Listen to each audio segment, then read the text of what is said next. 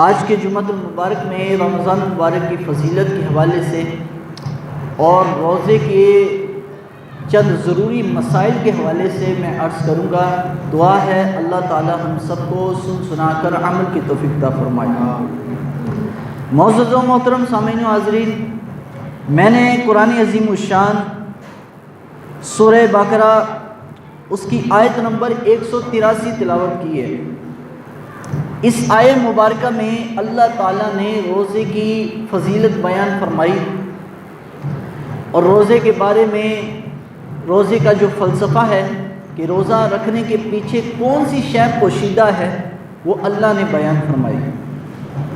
سب سے پہلے یہ چیز سمجھ لیجئے کہ روزے کا لغوی مطلب یہ ہے کہ انسان اپنے آپ کو روکے رکھے۔ روزے کا مطلب ہے اپنے آپ کو روکے رکھنا، باز رکھنا۔ تو اس روزے کی لغوی مطلب تو یہ ہے، اور ایک شریعت کے اندر، شریعت اسلامیہ کے اندر، ہمارے دین کے اندر روزہ اس چیز کا نام ہے کہ انسان صبح صادق سے لے کر اور غروب آفتاب، سورج ڈوبنے تک اپنے آپ کو کھانے پینے اور جماع سے بچائے رکھے۔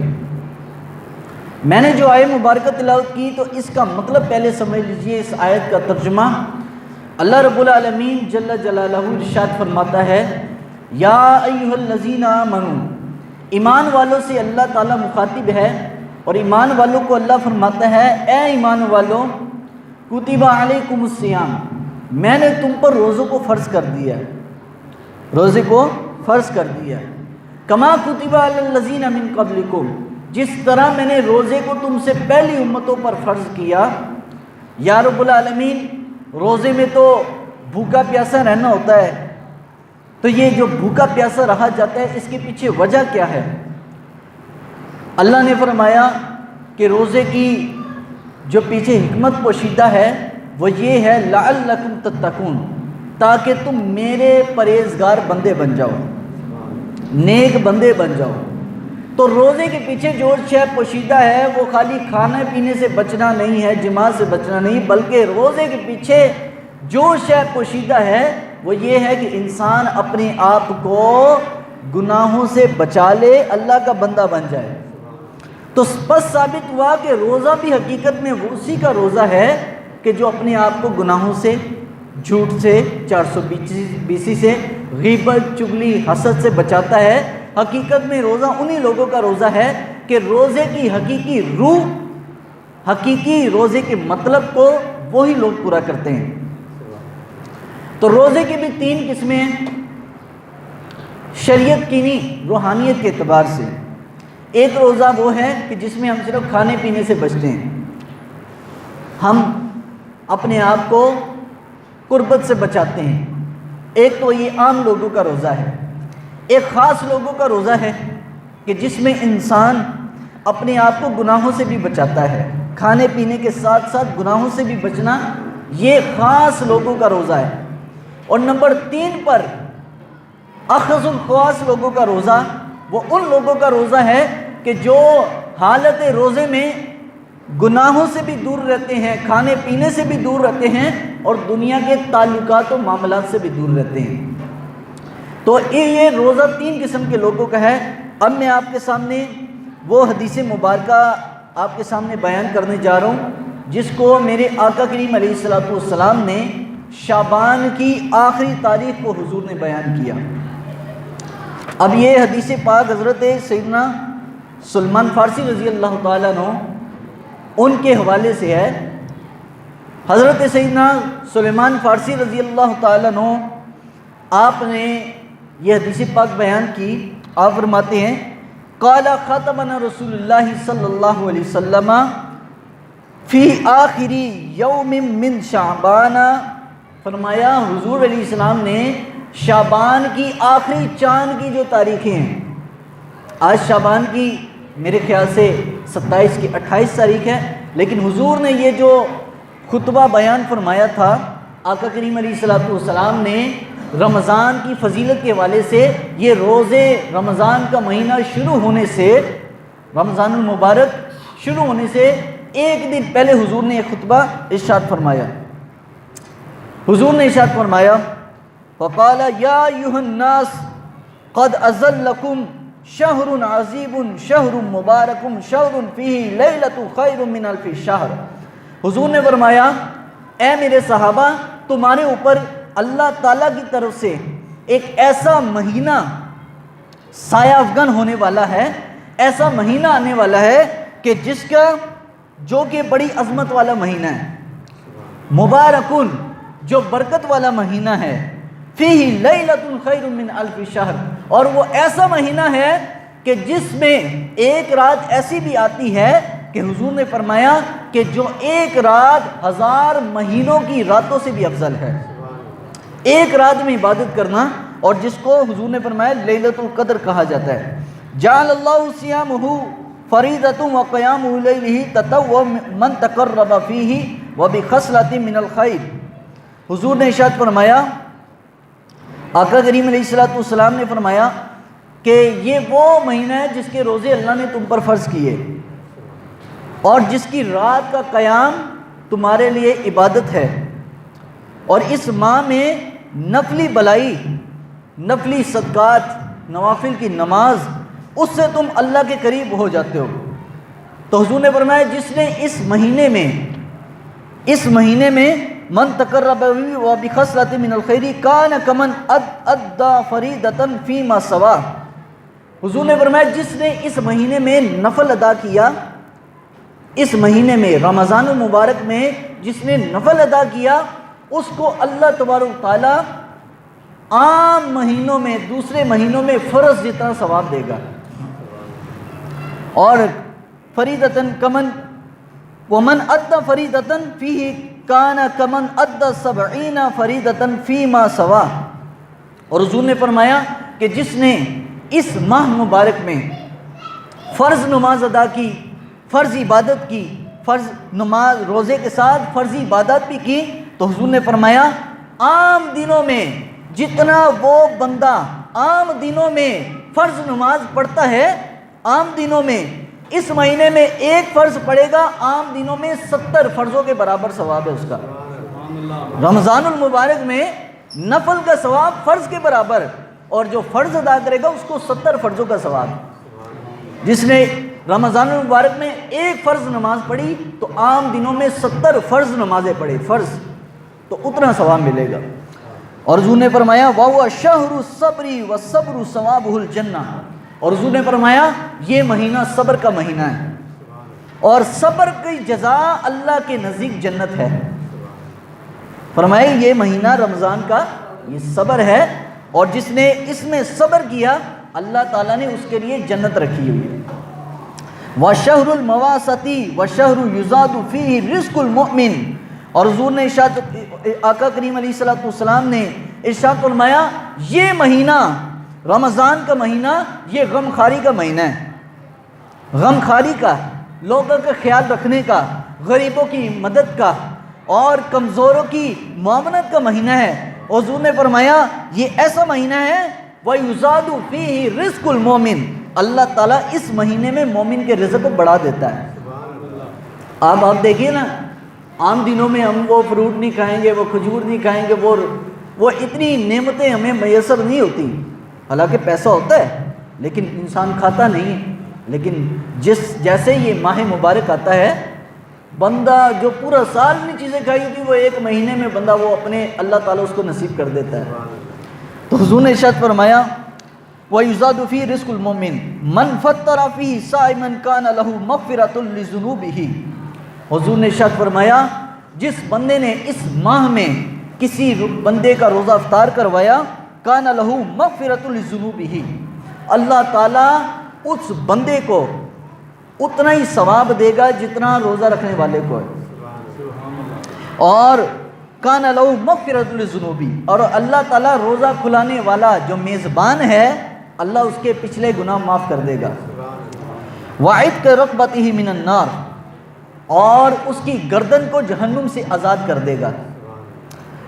وَكَانَ لَهُ مِثْلُ أَجْرِهِ مِنْ غَيْرِ أَنْ يَنْتَقِصَ مِنْ أَجْرِهِ شَيْءٌ.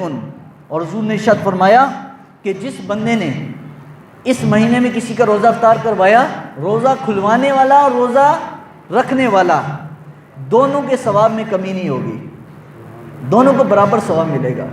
رکھنے والے کو بھی جتنا ثواب مل رہا ہے تو کھلانے والے کو بھی ملے گا. قلنا یا رسول اللہ صلی اللہ علیہ وسلم لیس کلنا ناجد ما نفطر به صائما. آقا کریم علیہ الصلوۃ والسلام کے غریب صحابہ کھڑے ہوئے. اب یہ باتیں ان لوگوں کے لیے تھی جن کے پاس پیسہ ہے، جن کے پاس جناب اتنا پیسہ ہے کہ رمضان المبارک میں دیگے چڑھاتے ہیں، دیگے بناتے ہیں، بڑا بڑا افطاریوں کے پروگرام کرواتے ہیں. یہ تو وہی بندہ کر سکتے ہیں جس کے پاس پیسہ ہے. تو صحابہ نے عرض کیا یا رسول اللہ کلنا نجد ما نفطر به صائما. حضور اگر ہمارے پاس روزہ کھلانے کے لیے کچھ بھی نہ ہو، کچھ بھی نہ ہو ہمارے پاس، تو ہم تو ثواب سے محروم رہ گئے. ہم تو غریب لوگ ہیں، ثواب تو پیسے والے لے گئے، ہم تو محروم رہ گئے ثواب سے. تو حضور نے ارشاد فرمایا فقال رسول اللہ صلی اللہ علیہ وسلم یعطی اللہ عز الثواب من فطر صائما علی مسقطی لبن او تمرۃ او شربۃ من ماء. حضور نے فرمایا میرے صحابہ پریشان نہ ہو، جتنا ثواب امیر بندہ لوگوں کو پیٹ بھر کے کھانا کھلا کے روزہ افطار جو کرواتا ہے، جتنا ثواب اس کو ملے گا. فرمایا کوئی غریب بندہ کسی کو ایک گھونٹ دودھ، ایک گھونٹ پانی یا ایک کھجور سے بھی افطار کروا دے، اس کو بھی اتنا ثواب ہے. اب کیونکہ مدینہ منورہ میں جب روزہ فرض ہوا نا، روزہ جو فرض ہوا وہ 9 ہجری میں، 2 ہجری میں روزہ فرض ہوا. آقا کریم علیہ الصلوۃ والسلام جب مدینہ تشریف لائے، مدینہ تشریف لانے کے 2 سال بعد روزہ فرض ہوا. اور میرے حضور علیہ السلام نے اپنی زندگی میں 9 رمضان المبارک مدینہ میں پائے.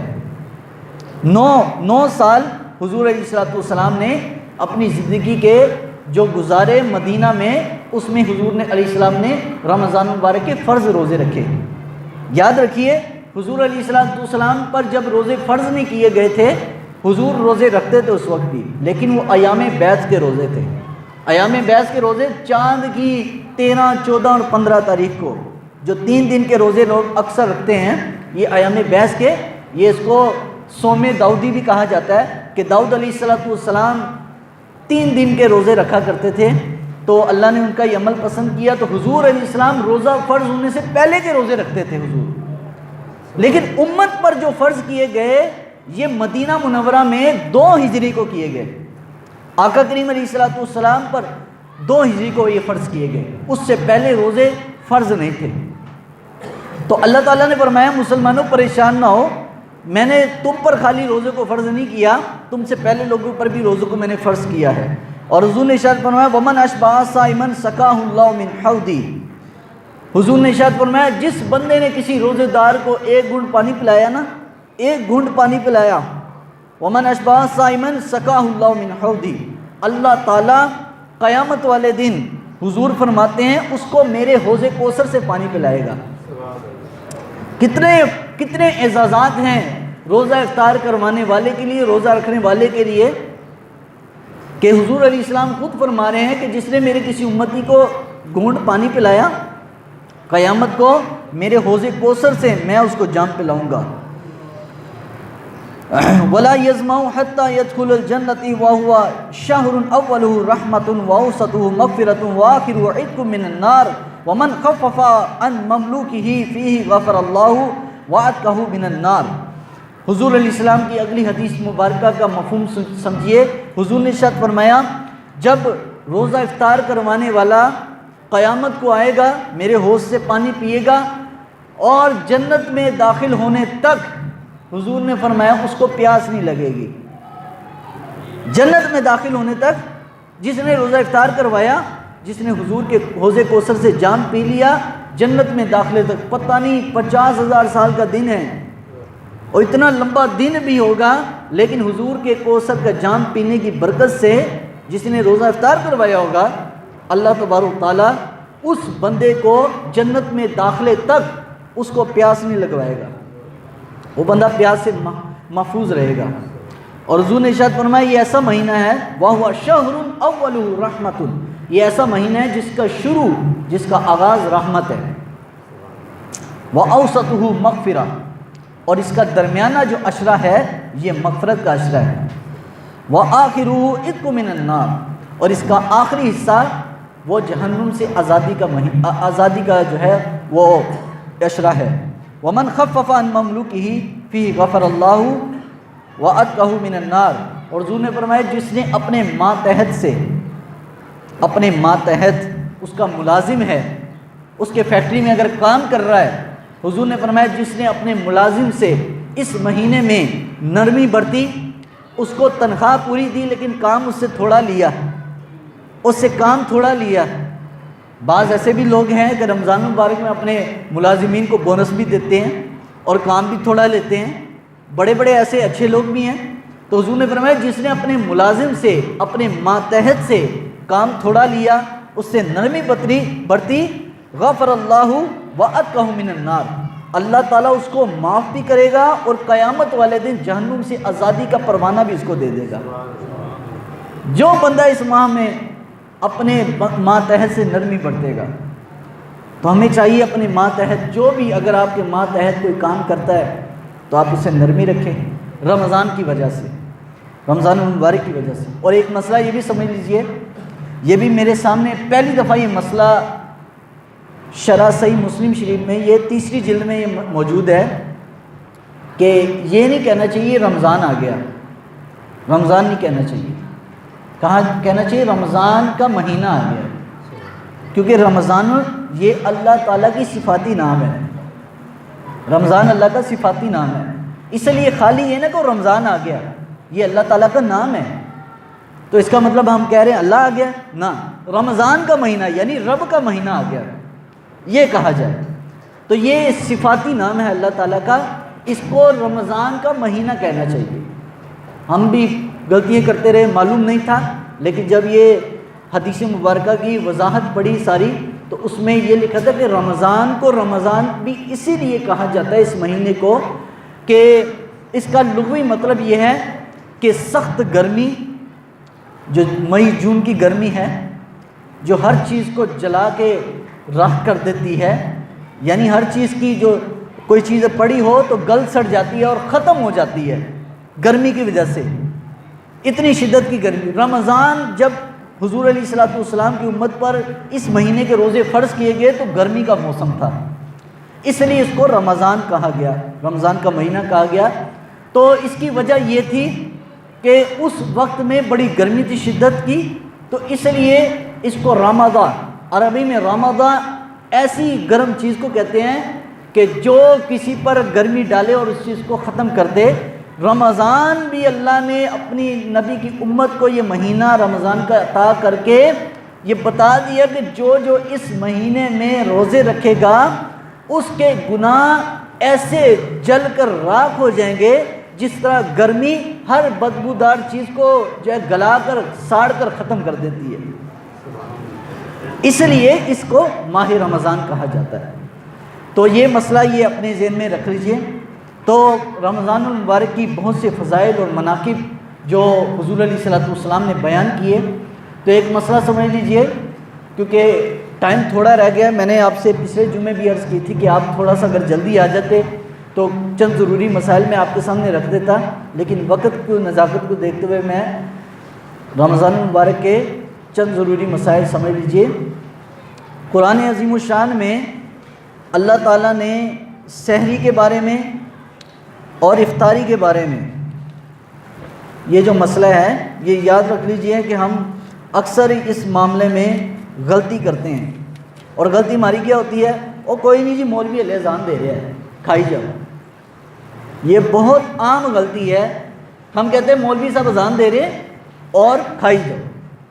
یہ صحیح مسلم شریف جلد نمبر 3 اور جو اصلی عربی کی جلد ہے جلد نمبر 1 میں کتاب الصیام کے اندر یہ حدیث پاک موجود ہے۔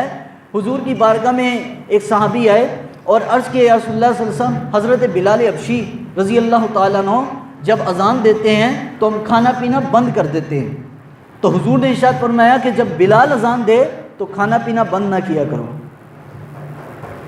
کھایا کرو۔ لیکن یاد رکھیے حدیث مبارکہ میں یہ بھی موجود ہے کہ حضور علیہ السلام نے حضرت بلال حبشی کے بارے میں فرمایا اس لیے کہ رمضان المبارک میں 2 اذانیں ہوتی تھیں مسجد نبوی میں، آج بھی ہوتی ہیں۔ آج بھی آپ مدینہ شریف چلے جائیں یا مکہ چلے جائیں، تہجد کی بھی اذان ہوتی ہے نا۔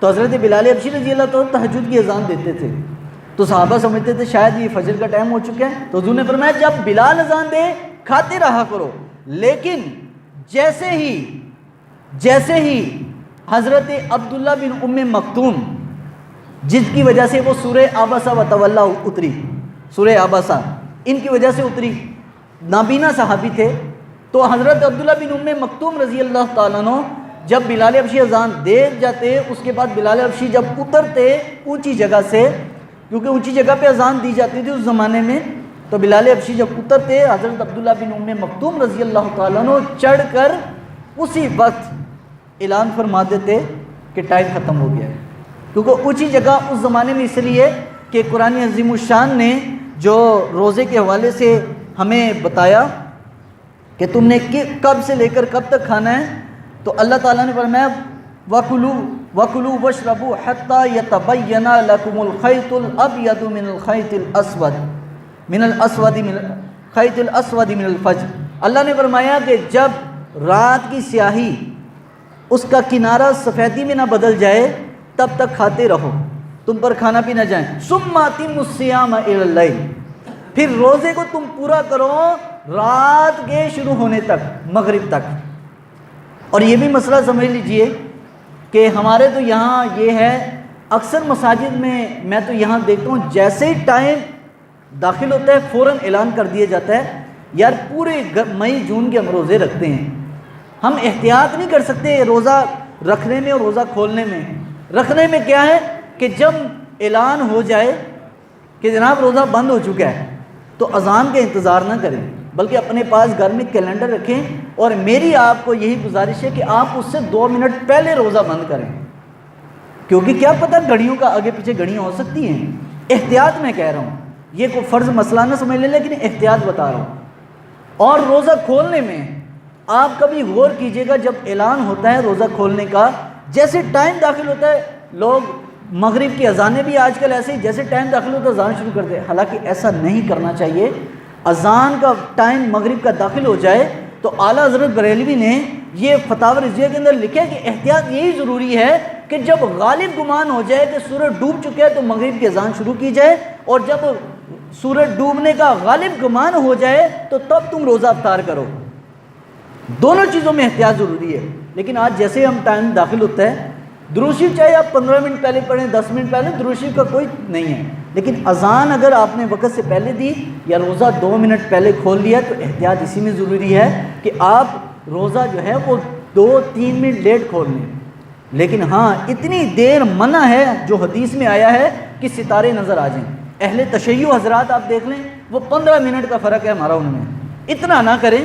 لیکن احتیاط یہی ضروری ہے کہ جب روزہ کھل جائے، ہونا یہ چاہیے کہ علماء کو بتانا چاہیے مسئلہ کہ روزہ کھل جائے تو 3-4 منٹ روزہ بعد میں آپ کھولیں احتیاطاً۔ آپ کبھی چیک کر لیجئے، اگر مجھ پر یقین نہیں، کبھی جب روزہ کھلتا ہو یا اذان مغرب شروع ہو تو آپ چھت پہ کھڑے ہوں، آپ کو سورج کی ابھی بھی سرخی نظر آئے گی، آپ کبھی چیک کر لیجئے۔ اور مجھے ایک صاحب نے خود اپنے آنکھوں کا واقعہ بتایا کہ میں برج خلیفہ دبئی میں موجود ہے، کہہ رہے روزہ کھل چکا تھا اور میں اوپر موجود تھا، اوپر والی منزل میں، کہہ رہے ابھی روزہ کھلنے کے 3 منٹ بعد تک میں نے سورج کی جو ہے کرنیں دیکھی بلڈنگ کے اوپر، خود اپنی آنکھوں سے۔ تو اب خود بتائیں کہ آگے بلڈنگیں ہیں یا درخت ہیں، کیا پتہ ہمیں سورج غروب ہوا کہ نہیں ہوا۔ احتیاط اسی میں ہے کہ آپ 3 منٹ لیٹ پڑیں۔ اور یہ مسئلہ کفارے کا اور جو ہے قضا کا مسئلہ سمجھ لیجئے۔ ایک بندے نے روزہ رکھا نہیں رکھا، قرآن نے اس کی بھی جو ہے وضاحت بیان کی ہے۔ اللہ تعالیٰ نے فرمایا ایام معدودات، کہ گنے چنے دن کے روزے ہیں، 30 دن کے روزے ہیں، کبھی 29 کے بھی ہو سکتے ہیں، لیکن میرے حضور علیہ السلام کے زمانے میں جتنے رمضان گزرے ہیں 7 باری حضور نے 29 روزے رکھے ہیں، 2 باری 30 روزے پورے ہوئے ہیں۔ اکثر حضور کی زمانے میں، آقا کریم کی زندگی میں 29 روزے ہی ہوئے ہیں، لیکن کمال کی بات ہے کہ جو 29 کے روزے رکھے گا، 29 روزے، اس کو 30 روزے کا ثواب، 30 روزے کا ثواب، چاہے 30 ہوں یا نہ ہو، 30 روزے کا ثواب ہے۔ لیکن جو 30 رکھے گا اس کو تو 30 کا ہی ملنا ہے۔ تو یاد رکھیے یہ مسئلہ کفارے کا اور قضا کا، کہ آپ نے روزہ نہیں رکھا، اللہ نہ کرے آپ ہٹے کٹے ہیں، صحت مند ہیں، روزہ رکھیں چاہے گرمی کے، تو حضور نے ارشاد، اللہ نے فرمایا فمن کان منکم مریضا او علی سفر فعدۃ من ایام اخر، کہ جب تم میں کوئی مسافر ہو یا بیمار ہو، مسافر کے لیے اجازت ہے۔ باعث بستامی رحمۃ اللہ علیہ کا جو لوگ مسئلہ بتاتے ہیں کہ ایک بادشاہ آپ کی جو ہے استقبال کے لیے آ رہا تھا، تو آپ بڑے مشہور تھے اس علاقے میں کہ بڑے اللہ کے ولی ہیں، اللہ کے ولی تو اپنے آپ کو چھپاتے، تو انہوں نے بادشاہ کے سامنے ہی رمضان المبارک کے مہینے میں ہی کھجور کھا لی۔ تو لوگوں نے کہا کہ یہ کیسے اللہ کا ولی ہو سکتا ہے، اس نے تو روزے کی حالت میں، روزے رمضان کے مہینے میں کھجور کھا لی۔ تو آپ فرماتے ہیں کہ میں اس وقت مسافر تھا، اور مسافر کو اس چیز کی اجازت ہے کہ وہ روزہ چھوڑ دے، لیکن اگر رکھ لے تو حضور نے فرمایا کہ اگر کوئی شخص ایک رمضان المبارک کا ایک روزہ چھوڑے، کتنا؟ ایک، سارے نہیں، ایک چھوڑے، فرمایا جس نے ایک چھوڑا پوری زندگی روزے رکھتا رہے، رمضان المبارک کے روزے کی برابری نہیں ہے، رمضان المبارک کے روزے کی برابری نہیں، پوری زندگی روزے رکھتا رہے۔ اور فرمایا اگر اس میں رکھ لے، قرآن عظیم الشان اللہ فرماتا ہے اگر بیمار ہے، بیمار کے لیے بھی یہ نہیں کہ میں بیمار ہوں۔ اکثر روزے جب آتے ہیں تو لوگوں کو بیماریاں شروع ہو جاتی ہیں، جناب میں بیمار ہو گیا، نہ، ویسے ہٹے کٹے 11 مہینے رب نے تمہیں کھانے پینے کے لیے دیا، کھاؤ پیو، لیکن 1 مہینہ جو تمہیں دیا ہے اس میں ذرا پابندی کر لو۔ تو قرآن نے کہا کہ جو بیمار ہو، تو بیمار کے لیے بھی فقہا، امام اعظم ابو حنیفہ رحمۃ اللہ علیہ، انہوں نے یہ بیان کیا ہے کہ بیمار کی ذمہ داری طبیب اٹھائے کہ بیمار اگر روزہ رکھے گا تو مر جائے گا، یا دیگر اس کی بیماری کے اندر اضافہ ہو سکتا ہے۔ بیماری کے اندر روزے سے اگر اضافہ ہو جائے تو ٹھیک ہے، لیکن آج کی سائنس ثابت کرتی ہے کہ رمضان المبارک کے جو روزے ہیں یہ بیماری میں اضافہ نہیں کرتی بلکہ یہ بیماریاں کم کرتی ہے۔ رمضان کے روزے یہ بیماری میں اضافہ نہیں، بیماریاں کم ہوتی ہیں اس سے، یہ آج کی سائنس بتا رہی ہے۔ تو بہرحال اگر طبیب، ڈاکٹر، MBBS، یہ عطائی ڈاکٹر جو جگہ جگہ بیٹھے ہیں ان کی بات نہیں کر رہا، MBBS جو محقق ڈاکٹر ہے وہ آپ کی ذمہ داری اٹھائے، جناب آپ رکھیں گے۔ اور انجیکشن کا مسئلہ سمجھ لیجئے، بعض لوگ سوال کرتے ہیں کہ روزے کی حالت میں ٹیکہ لگانا کیسا؟ روزے کی حالت میں ٹیکہ نہیں لگایا جا سکتا، کیونکہ اللہ نے بیمار کو اجازت دی ہے کہ وہ روزہ چھوڑ سکتا ہے۔ لیکن یہ مسئلہ بھی سمجھ لیجئے، ایک بیمار ہے وقتی طور پر روزہ چھوڑے گا، ایک بیمار ہے کہ جو کہ ہمیشہ رکھ ہی نہیں سکتا، جو وقتی طور پر روزہ چھوڑ سکتا ہے اس کے لیے تو بالکل اجازت نہیں ہے کہ وہ ٹیکہ لگوا کے روزے کی حالت میں ٹیکہ لگوا لے، اس کے لیے اجازت نہیں ہے، کیونکہ اس کو آپشن ہے کہ وہ بعد میں روزہ قضا کر سکتا ہے۔ ایک روزہ کا نہیں رکھا تو اس کی قضا ایک ہی ہے، لیکن روزہ رکھ کر اگر کسی بندے نے روزہ رکھ کر توڑ دیا تو اس کا سن لیجئے اس کا کفارہ ہوتا ہے۔ کفارہ ہے 2 غلام آزاد کریں، یا 60 مسکینوں کو کھانا کھلائیں، یا 60 روزے لگاتار رکھیں، یہ روزے کا کفارہ ہے۔ جس نے روزہ رکھ کر توڑ دیا تو اس کو کفارہ دینا پڑے گا۔ اب غلاموں کا تو دور نہیں ہے، 60 مسکینوں کو بیک وقت کھانا کھلائے جس طرح کھانا خود کھاتا ہے، یا ایک لگاتار 60 روزے رکھے، ایک بھی بیچ میں معافی نہیں، لگاتار، یہ رمضان المبارک کا ایک روزے کا کفارہ ہے اگر آپ نے روزہ رکھ کے توڑ دیا۔ تو قضا اگر رکھا ہی نہیں ہے تو پھر ایک روزہ، اور اگر رکھ کر توڑ دیا تو پھر سزا یہ ہے کہ 60 روزے رکھے گا لگاتار، 60 مسکینوں کو کھانا کھلائے گا، یا پھر 2 غلام آزاد کرے گا۔ بس آخری مسئلہ سمجھ کر ختم کرتا ہوں میں اپنی بات کو، کیونکہ وقت زیادہ ہو گیا ہے۔ وَأَن تَصُومُوا خَيْرٌ لَكُمْ إِن كُنتُمْ تَعْلَمُونَ۔ آگے اللہ نے ارشاد فرمایا کہ اگر کوئی شخص روزہ رکھنے کی کوشش کرے اور رکھ سکتا ہے